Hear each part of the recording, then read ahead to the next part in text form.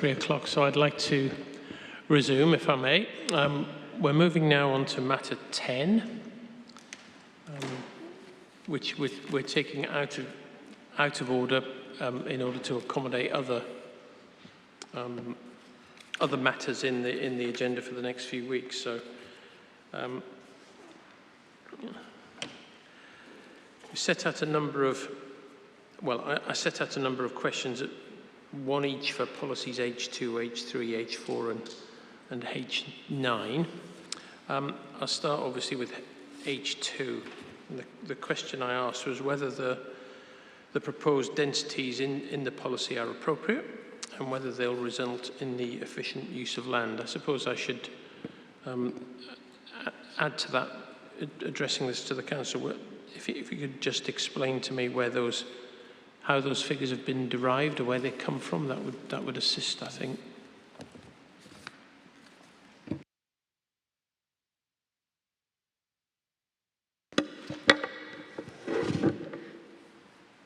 Yes, certainly, sir. I think taking the approach generally, the Council's position is that the policy remains an appropriate one in the context of seeking to make efficient use of land. And the paragraph 47 of the MPPF, which gives opportunities for local authorities to apply a local approach to housing density, and that's certainly what the city is seeking to do here. Those density requirements, according to particular areas of the city, were founded through work that was undertaken as part of early assessments and considerations of viability, and the particular reference for that is the SD 125 and paragraph 6.2, which was work that I think was initially undertaken by Peter Brett Associates to consider those densities and whether they were viable. And the Council has applied additional judgment to those in the sense of them being appropriate densities as well as being viable. We've not proposing any change to those density requirements, and indeed, as the policy has been drafted for some time, the policy has been used in decision-making through recent years and applied with a high degree of success to helping to secure what the Council believes to be appropriate densities in the right locations. So whilst the plan hasn't been adopted, the policy has in effect been in use, albeit more softly, and to guide to developments, design and decision-making in that respect.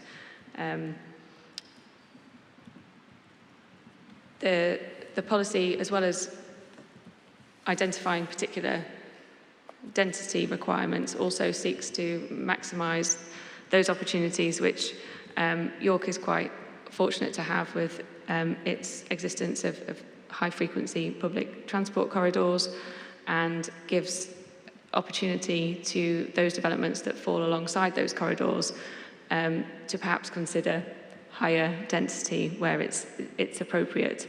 The phrasing is deliberately supportive and not prescriptive in that respect, but the overall emphasis was to try to seek to make sure that those opportunities are captured, given that there is a strong existence of these corridors threaded across the city, and wanting to make sure that the right development comes forward in those locations.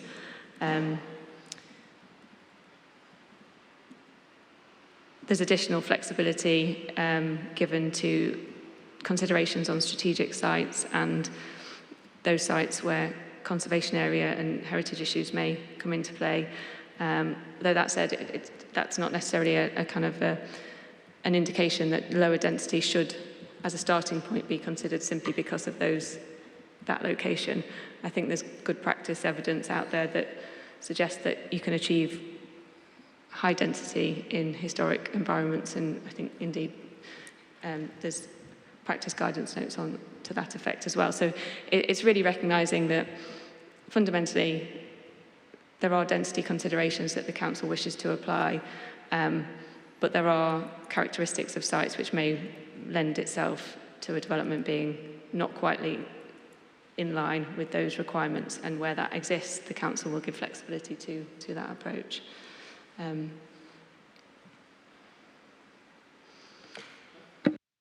That's a helpful explanation, thank you. Does anyone want to make any points about this particular policy? Councillor Pavlovich, you were first. Just. I don't mind going second. We understand why there needs to be particularly high densities in the city centre. However, it does come at a cost, and that cost is something that we do, I think, need to take into account. They will be predominantly flattered developments. They're less likely to be family homes. There is a need for family homes within the city centre. You can't just create family homes in the Greenbelt, because particularly in the areas that we've been talking about this morning, that's not always viable for people. And you also need to create healthy and sustainable communities. And what I think we will find, and I think there was much reference to this at the last hearings, were that we see these properties being taken up by Airbnbs, by the short-term letting market, and not necessarily moving into that sort of family need market that York requires. So, you know, we do need to factor in green space. There's far too little green space already in certain wards of the city, even those which have traditional housing in them. You know, if you think about Acomb, it's got an undersupply of green space. My ward in Hull Road has got very little green space. You know, we do need to just say the city centre shouldn't just be about flattered developments at 100 dwellings per hectare. Thank you. Yes, go on. Ms Harding, go on. Thank you. I would agree that we need to ensure that we're creating sustainable communities in our new developments. I appreciate that the council are trying to make efficient use of land and set appropriate policies. However, I just have concern in relation to whether the flexibility in the policy goes far enough. And I think it's just worth remembering the housing requirements that are coming through in terms of this plan, in terms of its policies, but also in terms of emerging government guidance in relation to the future home standards, things like biodiversity net gain, which will potentially have an impact on the density of developments. So I appreciate there is some flexibility in here, but I just think potentially it needs to go a little bit further to ensure that we do get those sustainable communities and that they do have the ability to meet all of the current proposals in the plan and any future changes to policy. Is there a change that you're suggesting in what you say?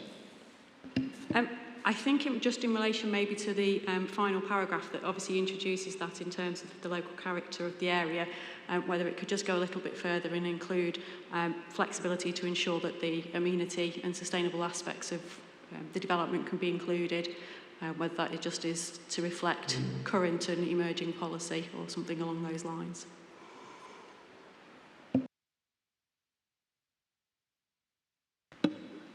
Could we just come back on that point?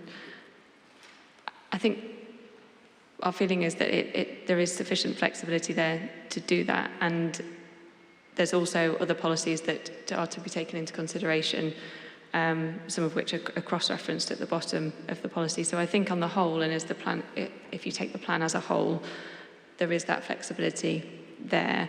I think the point around the challenge that might come with delivering at what perhaps is perceived as high density in some areas is one that we perhaps come back on, and I invite my colleague to provide some local examples of where actually the council has been very successful in delivering developments at these densities. Hello, I'm Michael Jones. I'm Head of Housing Delivery and Asset Management at City of York Council. So I have responsibility for our housing strategy function as well as our delivery programme, so developing our own sites. I don't see any contradiction between the density here and the aspirations outlined by Miss Hardy in terms of biodiversity or future home standards. So just as 3 examples, we've obtained planning permission in the last 18 months for 3 schemes as a housing department. All of those are matching or above the standards set out in this policy. All of the homes are M42 or M43. They all meet national space standards. They all enhance the biodiversity of the site. They all deliver above planning policy level of community open space. So I don't see any issue or challenge with achieving these densities alongside those wider kind of social and environmental aspirations. And then outside of our project, one of the most significant projects that's come through planning in the last year or so is redevelopment of the Nestle South site by Clarion, which is 56 dwellings per hectare. That's a 302 home scheme. I think that would be classed as York's urban area. High quality scheme, meets the aspirations outlined by Miss Hardy, but achieves the density as well. And it's vitally important that we make best use of the land that we have available in our sustainable urban locations.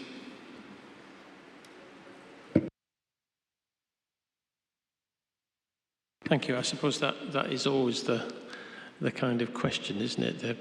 Are you making the best use of what is a limited resource? And that's why it's worth setting densities in this way. But at the same time, it needs to be flexibly applied, because there will be some sites, some places where you probably don't want to set it too high. There will be other sites, other places, as you've got here near public transport corridors, where maybe you want to push it up a little bit. So yeah, one is looking for flexibility in a policy like this. Mr. Merritt. Yes, speaking on behalf of York Environment Forum this afternoon, the Environment Forum strongly supports denser development for a number of reasons. One, obviously, is making best use of a limited commodity in terms of land, but also for some of the reasons we outlined earlier in phase 2, in terms of creating sustainable communities that are dense enough to provide adequate basis for commercial public transport, that are compact enough so that in effect you can create 15-minute communities with all the appropriate services within reasonable walking or cycling distance.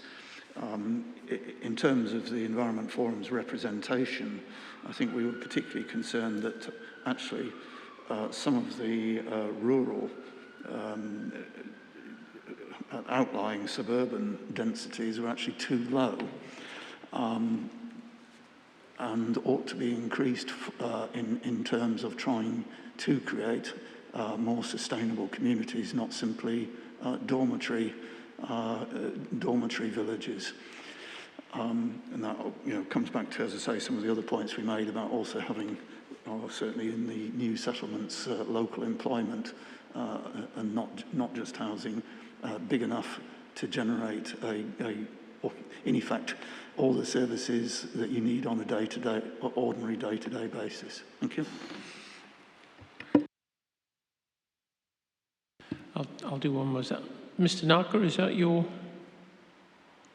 It is. Thank you. So it's just a very quick point. We just noted in the policy the reference to the strategic sites and the master planning agreements that would effectively override these, which we're broadly supportive of, but Not all of the strategic sites have that requirement. So if you take ST33 in Weldrake, it doesn't have to be master planned, and it's just wanting to make sure that there isn't a conflict between the number of units within that and these densities, so that we don't end up with a planning application at some point that may comply with the strategic policy but may not comply with the density. And equally, there's no reference to the actual housing allocations as potentially being an exception as well, such as the H sites, and it's just making sure it doesn't run into problems in the future where you effectively conflict with one policy but not the other. I think on balance we would accept that point, which is valid, and I see no reason really why that shouldn't be expanded to allocated sites rather than just strategic sites, but noting that the master planning agreements wouldn't necessarily apply with the housing the non-strategic housing allocations, because there's no specific requirement for them to do that. The approach would remain flexible and would ensure that, and through negotiation and those design conversations, an appropriate density was reached. But note the point about specifying that master planning agreement when in some cases the strategic sites don't prescribe that. I think a modification could be advanced to just alter that, and if necessary, widen it to all allocated sites if it was necessary. I think that the priority is really the strategic sites because of the scale of those. Yeah, I think that probably does need to be made clear, just so there's no question mark over what densities on strategic sites should be. Allocated sites, well, the smaller sites, I don't know, is the honest answer, but because one would need to approach smaller sites probably with a bit more flexibility, but maybe I'll leave that with you for now. Yep. Sure, so we can certainly take that away and propose a modification that suits. Just on one very minor point. So the operation of H2 relies on figures 5.2 and 5.3. Just taking figure 5.2 first, I'm not quite sure that the language used in the legend quite matches up with the language in the policy itself. So on the legend, you've got a city centre and city centre extension zone, whereas the policy just refers to the city centre, I think. Then the policy refers to strategic sites, but the legend refers to new settlements and large urban extensions, which I'm guessing is what the strategic sites reference is. Yes, I accept that there's a modification to that figure that is required to correctly correlate with the categories as expressed in the policy, to make that clear. I mean, it's a minor point, but I think it is a point of soundness because it's about effectiveness, really. Yeah, I'm probably going to regret mentioning this, but I do wonder, looking at, for example, figure 5.2, how wide some of those thick black lines around some of the colours are, and whether one can be sure which of the density zones one is in. It's just about the scaling of the map. Yes, it is, and I'm just conscious that nobody really wants to be spending time at appeal arguing over things like that. We'll give some further thought to how we can perhaps ensure that those conversations are avoided where possible, and make that as clear as we can. Perhaps, just a suggestion, but perhaps a bigger map with those black line edges taken away might help. I've just been informed that expected to be digitised and interactive anyway. So you would be able to zoom in at high resolution to know whether your site was in a particular area or not.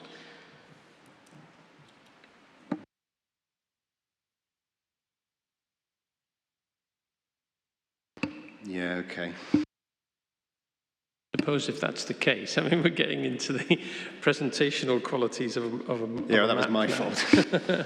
But you might be able to do it without the black lines, mightn't you? If you just have colours, The end, bordering yes. colours. Yeah. The easiest way to do it, but if it's digitised and interactive, well, that might solve the problem. Good.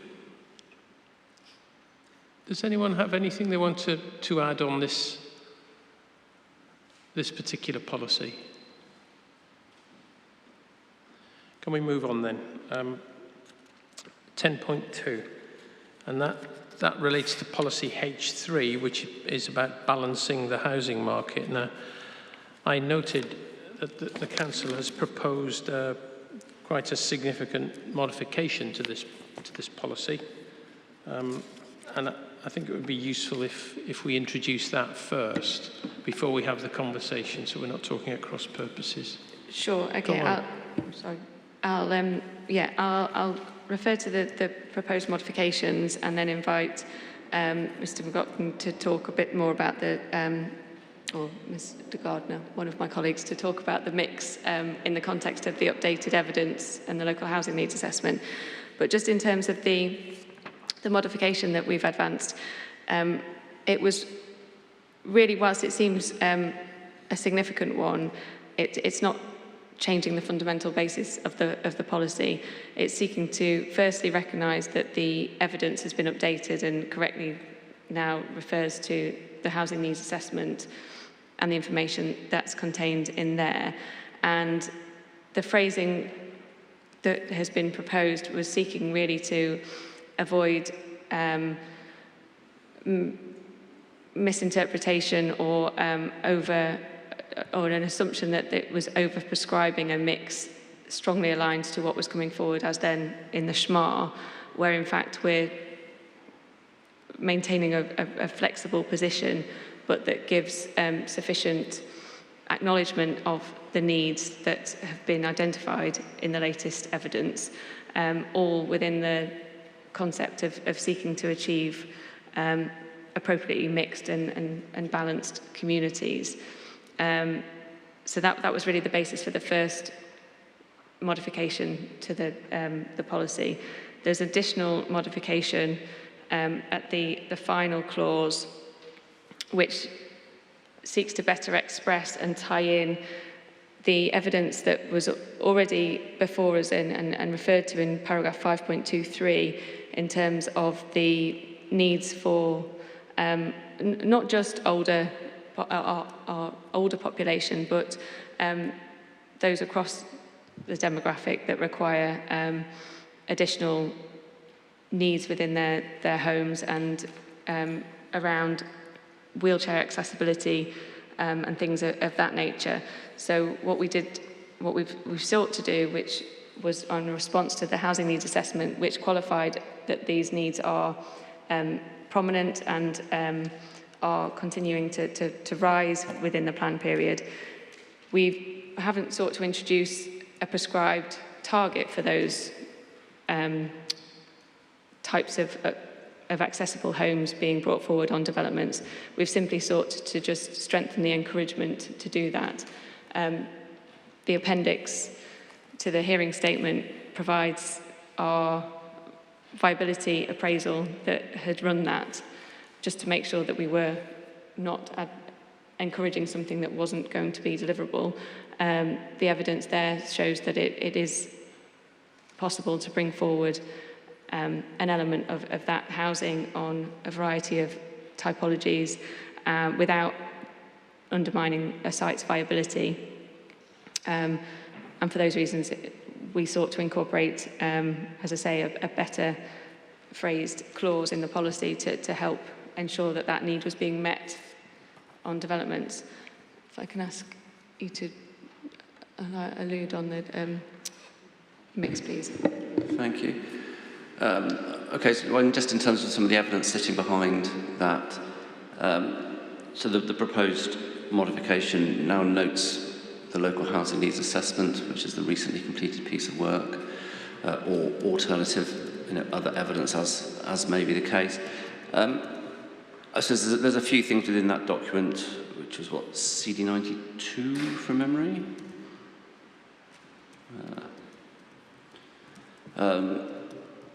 I think you've already been taken to table 1.1 of that document, which sets out a suggested mix of housing for different tenure groups, identifying a potentially slightly larger mix within the market sector, smaller homes in affordable housing, which is as much about the way that affordable housing gets allocated, particularly rented affordable housing. I think just to highlight, we've updated that piece of work using a similar method to the 2016 SHMA. The outcomes are broadly the same. They're not exactly the same, but they're broadly the same. So we're suggesting the same sort of mix now as the earlier piece of work. Section 6 of that local housing needs assessment picks up on older people and people with disabilities. You've got a separate question on older people later, so perhaps leaving that, but clearly there's quite a strong link between an ageing population and levels of disability. So within that section, it's clearly highlighted that York, like almost everywhere else in the country, is projected to see a significant ageing of the population. That's likely to lead to an increase in people with a range of disabilities, particularly physical disabilities. So within that report, we've set out evidence to support providing homes under both M42 and M43, which is M43 wheelchair standards, to reflect the changing demographic over the period to 2033. If you want any specific references, I can do those. But.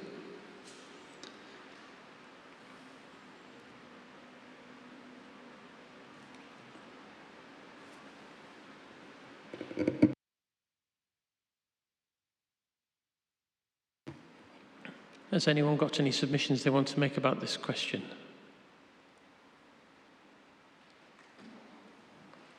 Mr. Johnson? Yeah, I think if I may, sir, I think first of all we welcome the change, but and it's I know you appreciate it's a sort of 11th hour, so we're all just coming to grips with it.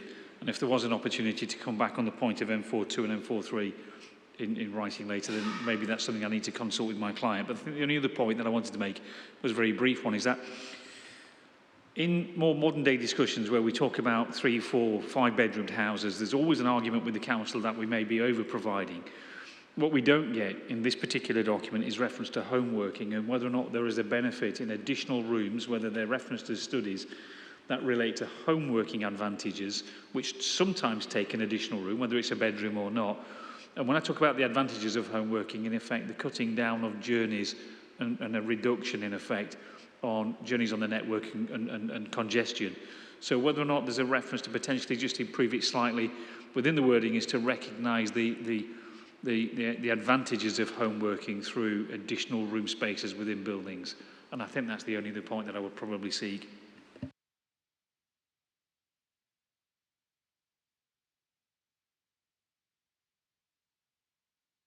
Thank you, Mr. Johnson. Mr. Merritt, I'll come to you next. Thank you. As I indicated in the first session, it's been difficult with late issue of documents to necessarily absorb all the implications. So, as with this morning, it would be helpful if we are able to make some written submissions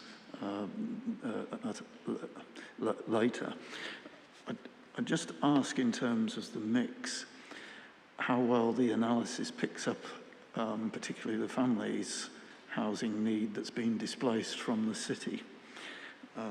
If you go back to Hearn's report, the previous estimated affordable need to the one that was originally submitted was much, much higher in terms of family housing. And that perhaps raises the question as to what the displacement of families from York is artificially reducing the figures that we are being catered for in the future plan.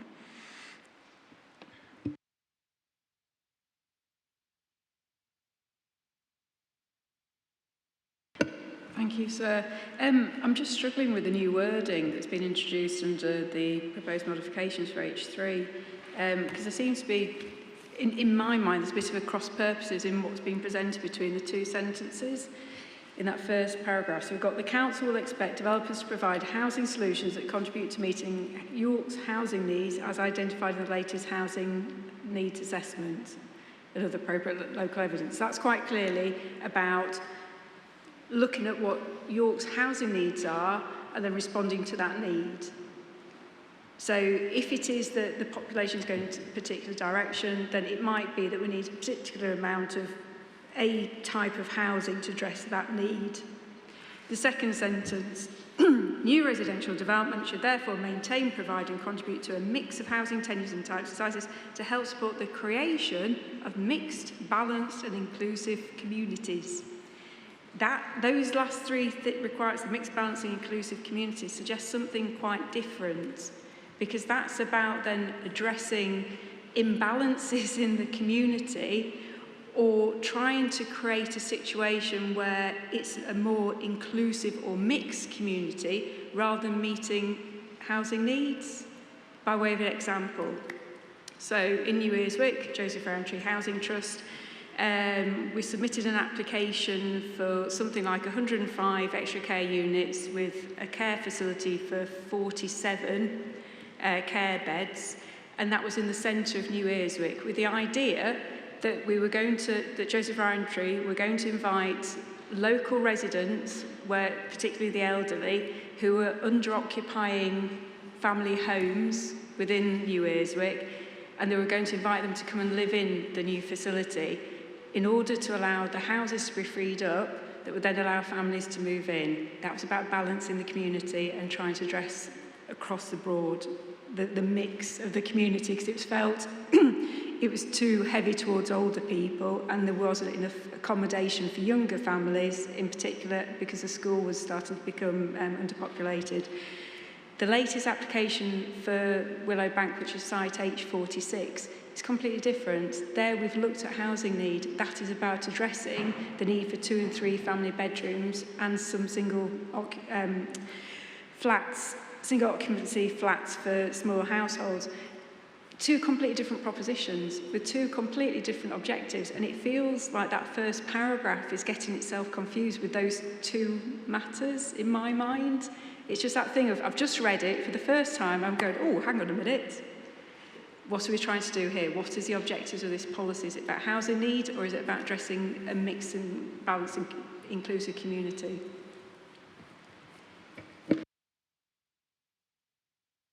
Can I come back on that point? Please do, yes. I would say that they're part of the same consideration to a degree. Housing needs are obviously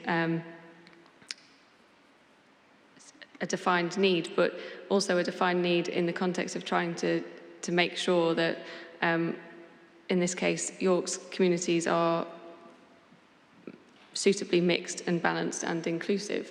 So I think divorcing the two is unnecessary, and that actually the sentences are aligned with one another.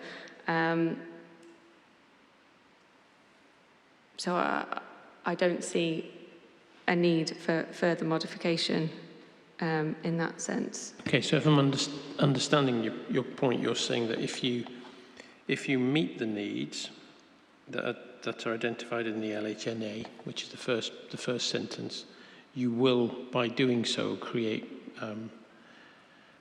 mixed, balanced and inclusive communities by dint of having done. Yes. By dint of having met the needs. Yeah, sorry, in theory, yes, that would be the approach. In some cases, it won't be a neat balance, because things don't always work out neatly, but they may well be sufficiently mixed to be inclusive. So I think there's those three elements that were drawn upon at the last part of the sentence are to be used interchangeably to a degree. I think the policy is worded so that you're looking for housing solutions that contribute to meeting York's housing needs, not absolutely, and address all of them at once. And that's a deliberate use of the word to make sure that it's contributing in a way that is appropriate for the site and is not an expectation that the exact mix of housing that's identified in that needs assessment is delivered strictly in accordance on every single site. We know that would not be reasonable and actually wouldn't also deliver those mixed balanced communities that we're seeking to achieve. So there's an inherent level of flexibility in the approach to our mind. It would assist if you could deal with the other points, Mr. Johnson's points, and anything that Mr. Merritt raised. Yeah, I'll deal with. Well, the 2 points I've noted, one was around home working. Just to note that was a consideration when we got to our final mixed conclusions, and that's in paragraph 5.31. I've flicked off that now, but effectively we said we've slightly boosted the larger market homes to reflect compared. So we've run a model that's come up with a certain estimate of a need for larger family homes, and we've just boosted that slightly in our conclusions to take account of home working. The other point was around family housing and the possibility there's been some flight from York of families, and certainly would seem as if the census data that came out after we drafted the report does certainly show a lower level of population growth and lower numbers of children and people of working age. But I think just to note that, again, the local housing needs assessment is linked to the 822 per annum housing requirement figure, which, as was discussed this morning, would include an element of an increased migration back into York to provide a sufficient population to fill that number of homes. Migration profiles tend to be focused very strongly on people of working age and their associated children. So again, the mix that we've come out with should at least to some considerable degree reflect a continued growth in family households and the accommodation sizes they're likely to need. That's helpful, thank you. Mr. Merritt, does anyone else have anything does anyone have anything else they want to add about 10.2?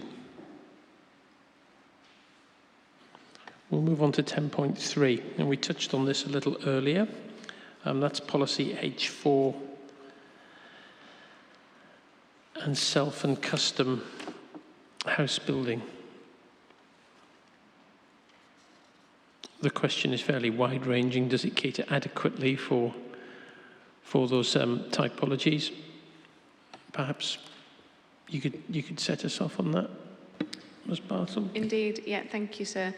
The approach that we've taken, we think does provide adequate, or will lead to an adequate level of custom and self-build housing plots coming forward, recognising that there's no specific requirement through the MPPF for the council to make provision through its local plan.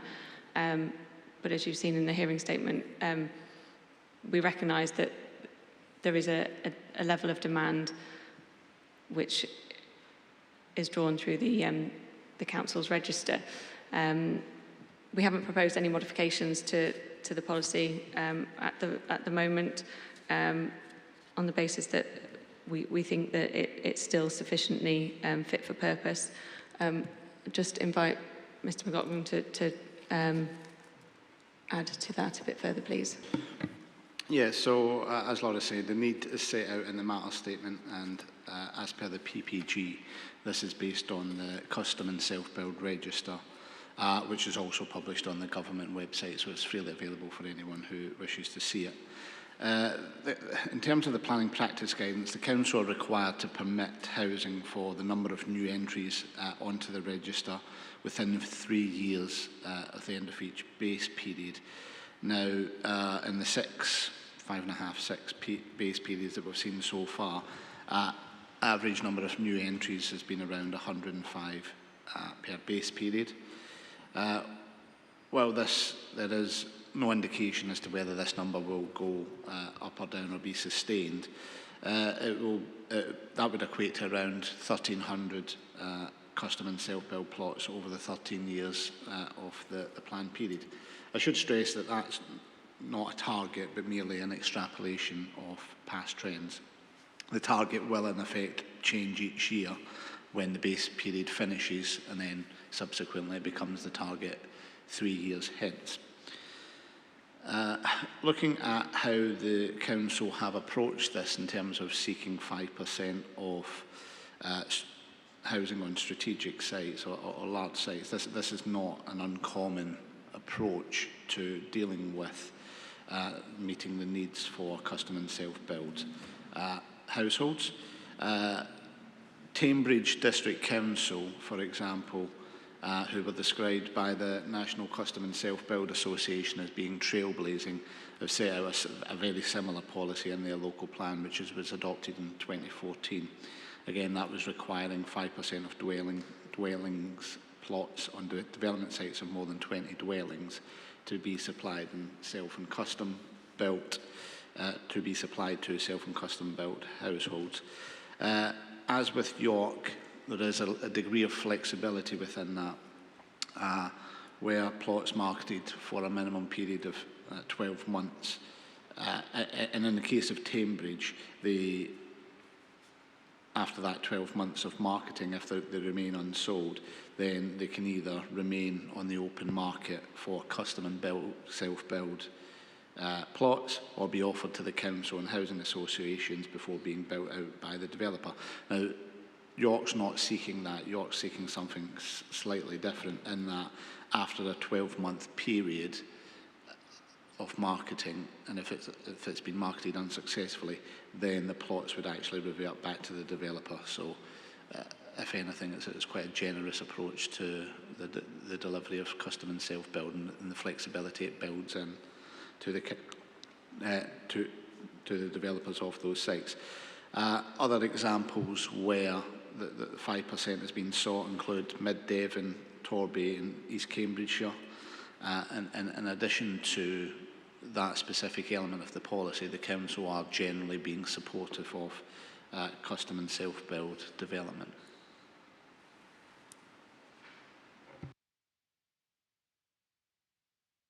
Thank you, that's helpful. Does anyone have anything they want to say about this one? Mr. Merritt, go on. The policy was originally introduced when I had a different role, and we were aware of potential demand at the time when the issue was first discussed nationally. So the 5% really was a bit of a stab in the air at the time when it first went into one of the local plan versions, the 2014 plan.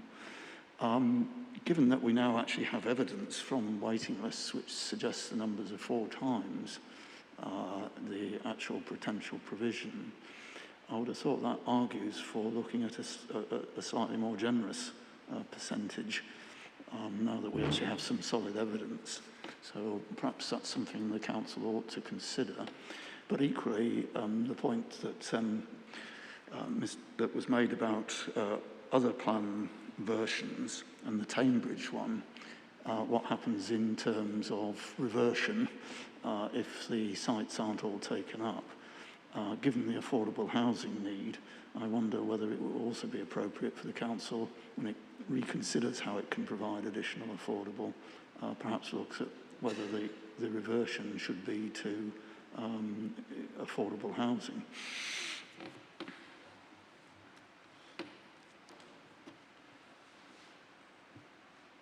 Thank you, Mr. Merritt. Mr. Narker.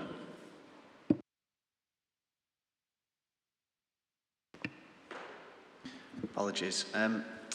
Yeah, we made comments on this with regard to the 5% on the strategic sites, because it just feels a bit of a blunt tool just to put 5% on all of them without any evidence as to what the waiting list suggests, where those people want to live, the type of locations they want to live. And your question was, does this policy sort of adequately meet it? And it just feels like it almost needs a development management section in it if people want to apply to provide a self-build home, where it just seems to be that there will just be put 5%. However, it then says that there'll be a requirement subject to appropriate demand being identified, which almost seems to put the onus on the applicant to then start to go through and establish if there is a demand for self-build within the area where the strategic site is, and then establish what that demand is, and then put an application in, presumably with somewhere between 0 and 5%. So I think partly it probably needs to have further clarification for people who want to apply for custom-build plots, but equally,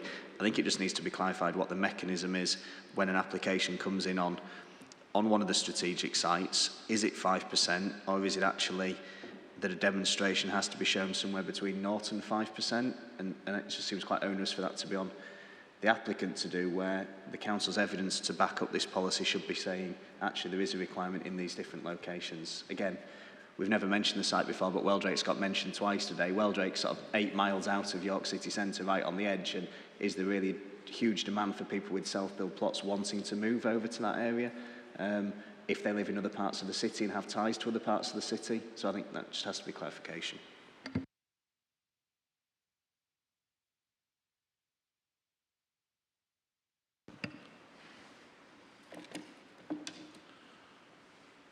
Mr. Johnson? Yeah, thank you, sir. More or less the same point. We've got this requirement on ST8. We're not objecting to it. But what I would point on the point about who identifies the need is that I'm just looking at the adopted Harrogate policy, which is exactly the same in effect. It's 5% on strategic sites. And what it says broadly on the point about the appropriate demand being identified, in the case of the Harrogate one, it's identified by the council by reference to the council's self and custom build register in effect. And it's just putting the onus back to the council, because ultimately the developers don't have the data on self-build, and I think the addition of referencing it being identified by the council would assist the process, because it means within the development control process the council engages with the developer to identify where this need and demand is coming from, because ultimately I'm not 100% convinced is that those people who want to build self-build necessarily want to build it on the strategic housing sites. However, there will be some people, and I think we just need to involve the council in the process of identification in the policy. So I have no objections to the policy, but I think that the Harrogate policy is perhaps a little bit more useful in that respect.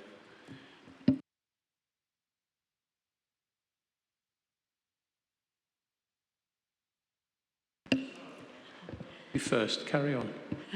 Thank you. So I'd agree with the points raised there by Mr. Johnson and Mr. Natkis. I'd also just say that demand, so what we've mentioned about that it's identified on the register. We haven't had any details in relation to the existing permissions that have been granted or any monitoring of any delivery of self-built homes already. So presumably that is happening to some extent already, so the demand might not actually be reflective of that. So again, this goes back to the point raised by Mr. Johnson and Mr. Natkis that you need the council involvement so you can actually identify where there is that demand, because obviously some of it could have been met already, potentially. And then I would just highlight in terms of the PPG, the PPG does set out in 57-025, which is one of the newer ones, I admit, but it does suggest how relevant authorities can increase the number of planning permissions which are suitable for self-build and custom-build housing, and it goes through quite a long list of things, and it doesn't suggest, surprisingly enough, putting 5% of them on strategic sites. It does suggest working with neighbourhood planning groups, working with developers and landowners, working with Homes England, making their own land available.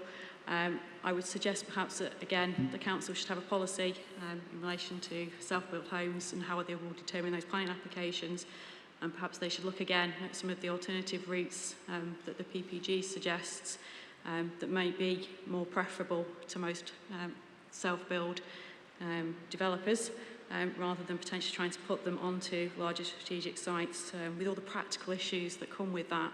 We've set those out in our hearing statement, but obviously timing of construction, and obviously, as we've heard earlier, issues in relation to the affordable housing contribution potentially, all add to the issues around developing as part of a larger site, and that is presuming that people want to be in those locations and on those sites in the first place. Councillor Pavlovic. Thank you. Just listening to Mr. McColgan, why have we decided to let them revert back to the developer as opposed to offering them to the council or to an RP?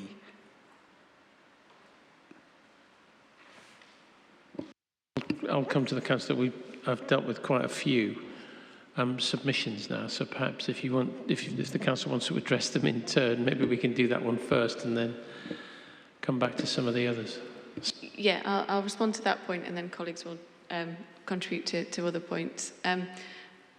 If we were expecting the developer to subsequently offer that unsold plot to an affordable housing use, that would impact on viability.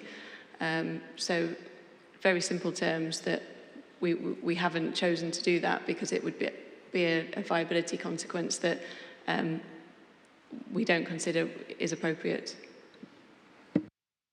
On the basis that if it's in the viability assessment as a self-build plot, the plot would have more value as a self-build plot than it would as an affordable housing plot. Correct, yes, yeah, and that's absolutely how it's been tested through the appraisal process. Okay, thank you. That's helpful. Carry on then. Yeah, so I'll come in with a few things. So we've got a little bit of experience around self-build in the council. So we're currently delivering a project called Lowfield Green, which is a 165 home development, and that's got 6 self-build plots on it. For those 6 self-build plots, we had 100 expressions of interest, we had 50 viewings and 20 bids for those plots, so significant interest. In terms of our self-build register, it's probably a little bit of an art rather than a science at the moment in terms of assessing demand and need. I don't think that I would state that every single person on the self-build register intends to build a self-build during the planned period, but likewise, we haven't widely publicised the self-build register. There's been quite a shortage of opportunities coming forward, and therefore I think as more plots become available, demand will increase accordingly. There was a question about the type of locations. So we haven't specifically asked people on our self-build register, do you want to build in Weldrake or Elvington or the city centre? But we have asked them what sort of location they want to build in. And people can tick multiple boxes, so my numbers don't add up to 100%, but 79% of people on the self-build register are interested in building in a suburban location, and 82% on the self-build register are interested in building a self-build in a village. So I think the Weldrake example would fit that category in terms of people ticking that box for being interested in self-build in that part of the city. The final thing I wanted to say is the City of York Council has a dedicated self and community build officer who works in the housing delivery team. So his role is to both bring forward council-owned sites for self-build, which we're currently doing, but his role is also to work alongside developers and the planning team to facilitate how it happens, to support the process, to create those connections between identified need and demand and the proposals coming through. So we already have a resource in place that can support that process.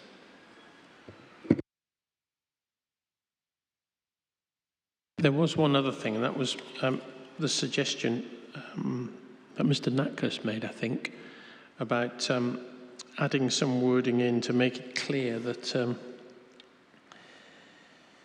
appropriate demand being identified by the council or something to that effect, just to make it absolutely clear who the onus is on to identify the demand, because I think I take the point that the developer probably won't know to the extent that the council would know, so that might be a useful thing to add in. I think we would agree entirely with that and have no objection to including that wording. And certainly given what you've just heard and what the activities of the council, then it would make sense to do so. Excellent. Was there anything else on this point? Oh, Councillor Pavlovic. No. Okay, let's move on to Simon. Go on. A very small question on this one from me. The opening sentence in H4, does that give development plan status to national policy? And if so, is that a problem?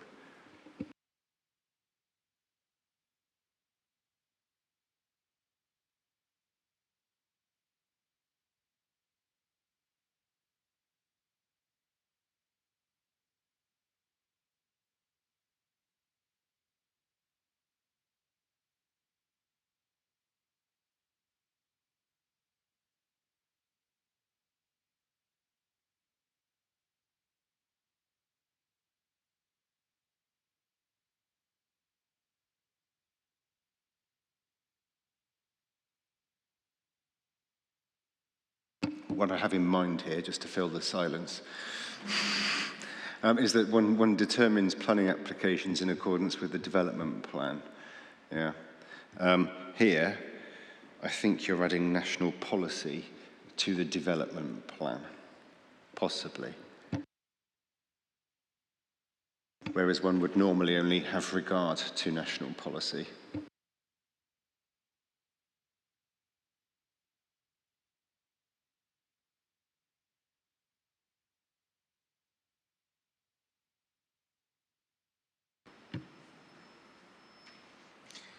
Maybe we just delete "and national policies."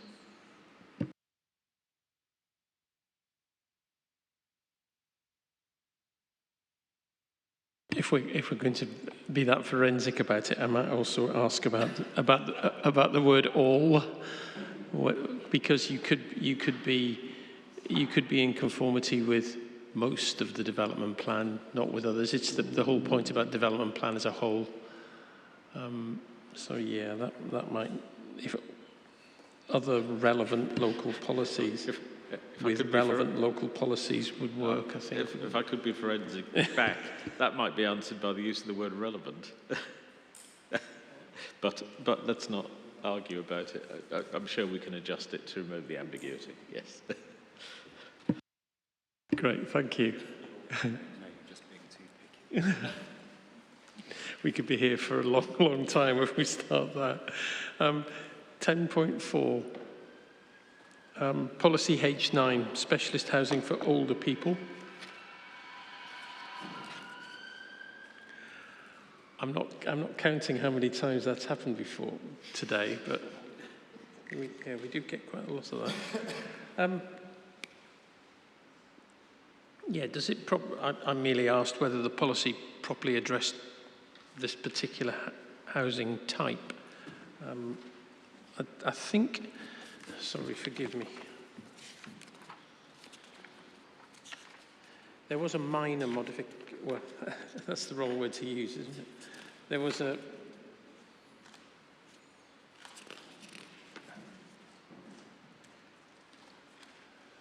Yeah, there was a little clarification suggested, let me put it like that, at the end, relating to use class C3.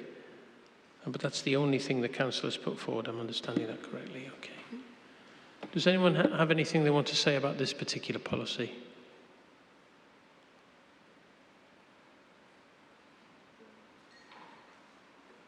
Mr. Johnson. Sorry, sir. Apologies, I'm assuming we're on H9 now. I was just chatting with Mr. Napkis next to us because we were just looking through the specific requirements of the large sites where we don't think there's necessarily a requirement for older persons housing in the site specifics on the strategic sites. But in which case, just to be clear on this with the council, we're assuming that we're addressing policy, other matters such as accessibility under M4.2 and M4.3, accessibility. We're not being asked to actually put older persons care home units on the strategic sites of this policy. I don't think we are, and certainly on the one that we've just master planned and been through a public inquiry on, we haven't.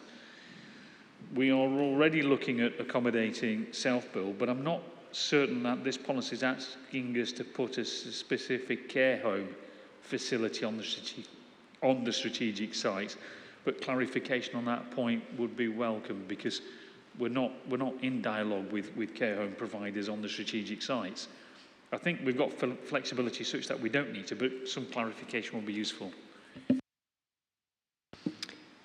Yes, it's a very fair question, and the point on the M4 accessibility standards was to be dealt with under policy H3, I think, with the modification that we proposed on that one. So it's not specifically aligned to that.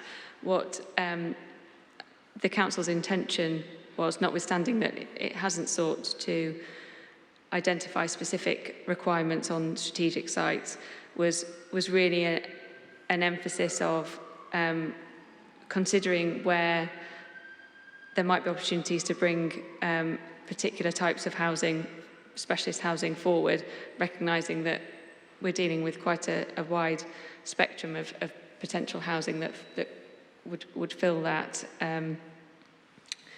type of use, and recognising that there are opportunities, or there quite possibly will be opportunities on strategic sites where they wouldn't otherwise exist on other sites, to consider if we are to achieve the balance of mixed communities that those strategic sites are seeking to achieve, then it would be right and proper to make sure that an assessment of any of those types of accommodation were part of those considerations. As I say, we haven't precisely or prescribed particular types of accommodation or anything beyond that. It was more an encouragement policy approach, given that particularly in the context of the local housing needs assessment, which identifies a pressing and increasing need for this type of use in York. And also we attached as an appendix to the hearing statement the latest viability testing that was undertaken to check whether current values would allow us to consider identifying and allocating standalone sites for particular types of older people's housing. Previously, the viability testing has shown us that they weren't able to sustain the contributions required for other aspects of the plan policies as well, and therefore were unviable, and the current testing shows that that has remained the same.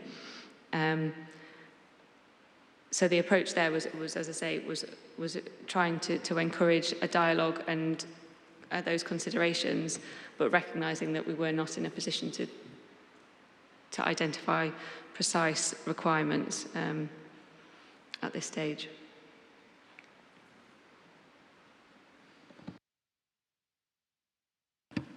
Does that help, Mr. Johnson?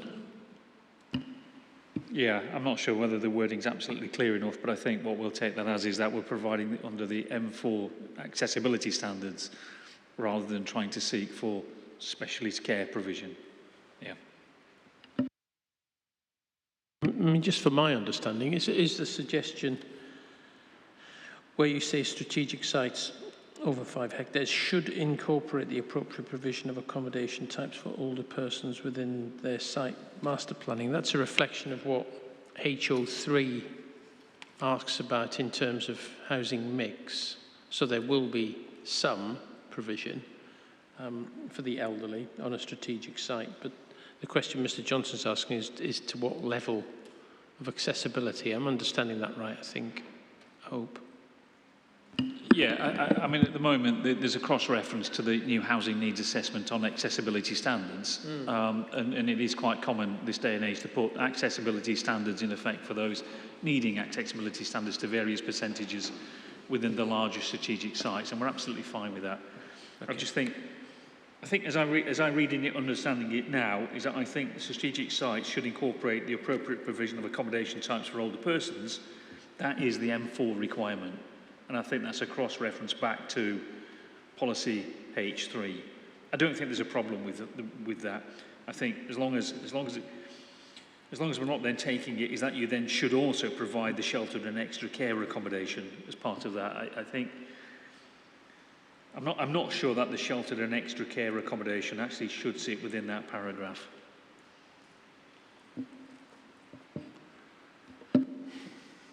Carry on.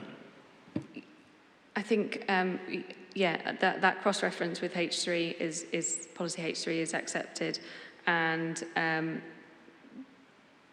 we perhaps need to include and suggest we propose a modification that just makes that clear in that part of the policy. With regard to the reference to sheltered and extra care accommodation, again, that was an effort to support that type of tenure and coming forward as part of the general mix on strategic sites without prescribing a particular level or scale of development. So that's why that is there. I accept that you could question whether that's suitably effective enough.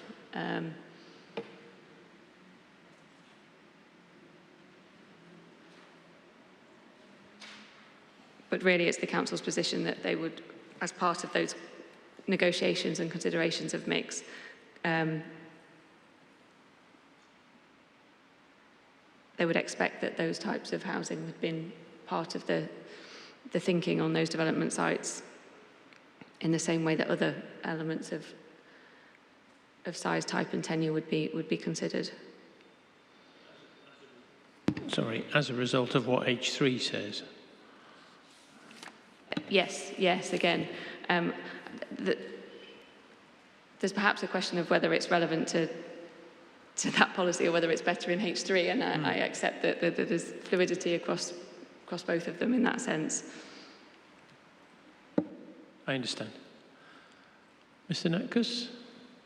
Thank you. So it's just a point of clarification, because again, the wording says within their site master planning, and again, when you look at this, the strategic sites, the larger ones require site master planning, and I think the larger ones are probably the ones that are more likely to accommodate this way you're affected in the new garden villages, where some of the ones that are almost just over 5 hectares, you're not going to have this in and you don't have to master plan them. So I don't know if that just needs clarifying that it is only on specific strategic sites rather than all of them, because I think it, as I read it, it is just effectively the larger ones that explicitly require master planning, as opposed to those smaller ones like ST33 and the one at Coplandthorpe, I think, as well, which probably don't have it in.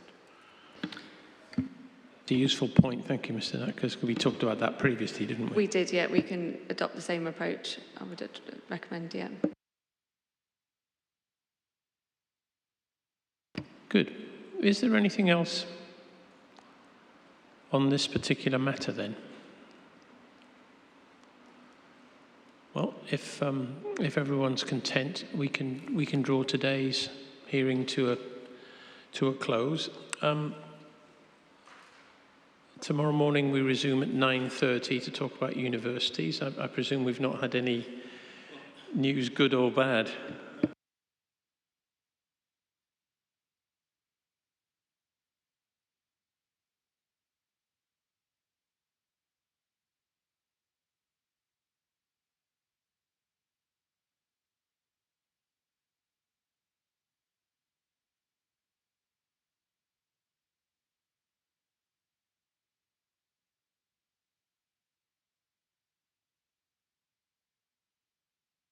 I'd second that.